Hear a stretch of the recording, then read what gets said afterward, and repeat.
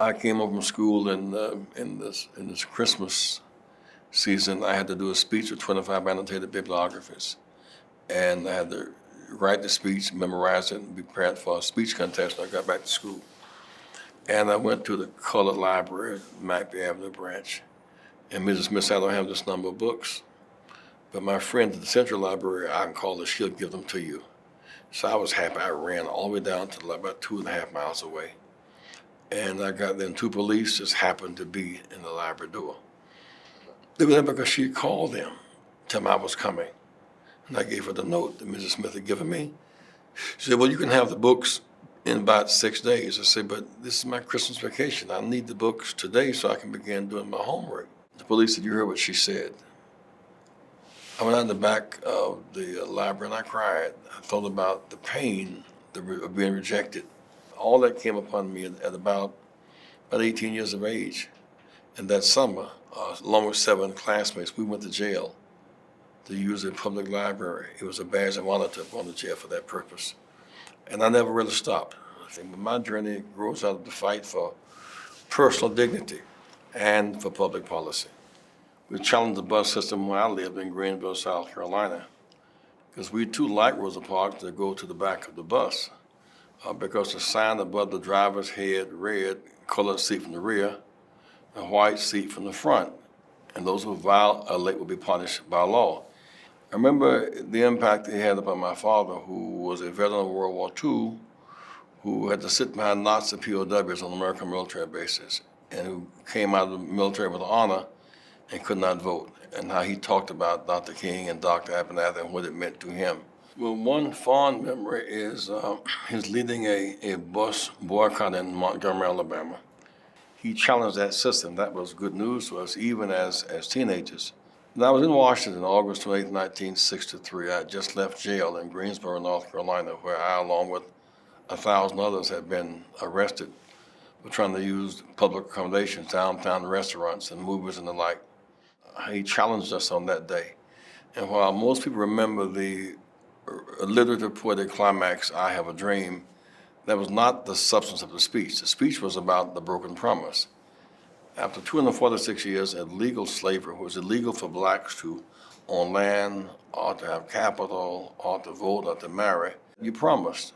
In 1863, Lincoln with the Emancipation Proclamation, he said, I stand in your majestic shadows. Looking at the Congress, the 13th Amendment, you promised.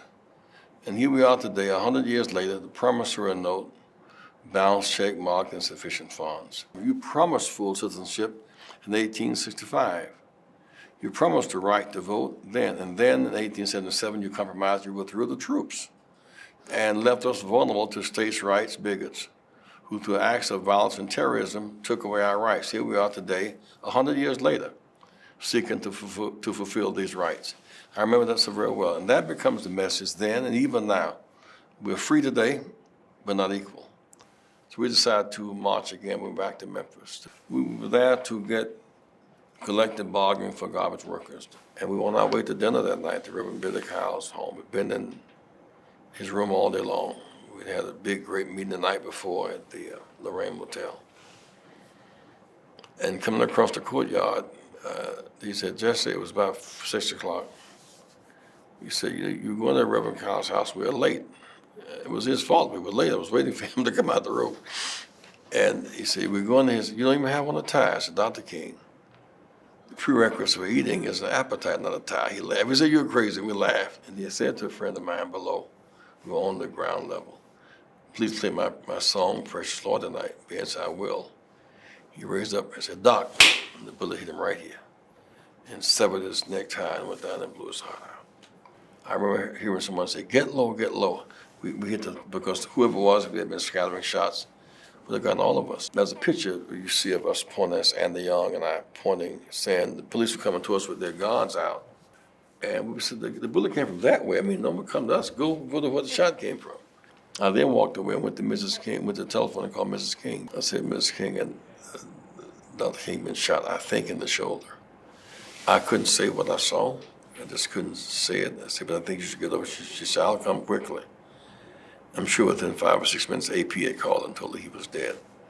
But it was a very traumatic moment. And trauma continues.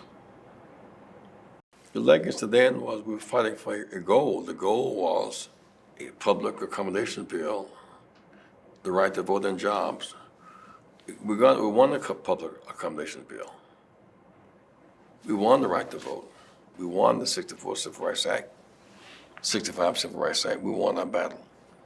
Now, here we are 50 years later, the Voting Rights Act has been bludgeoned by removing oversight or removing the troops from guarding the South again.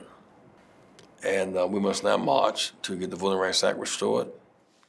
One of the rappers was talking with my friends, as a matter of fact. He said, I'm not with voting. He had become totally cynical about voting.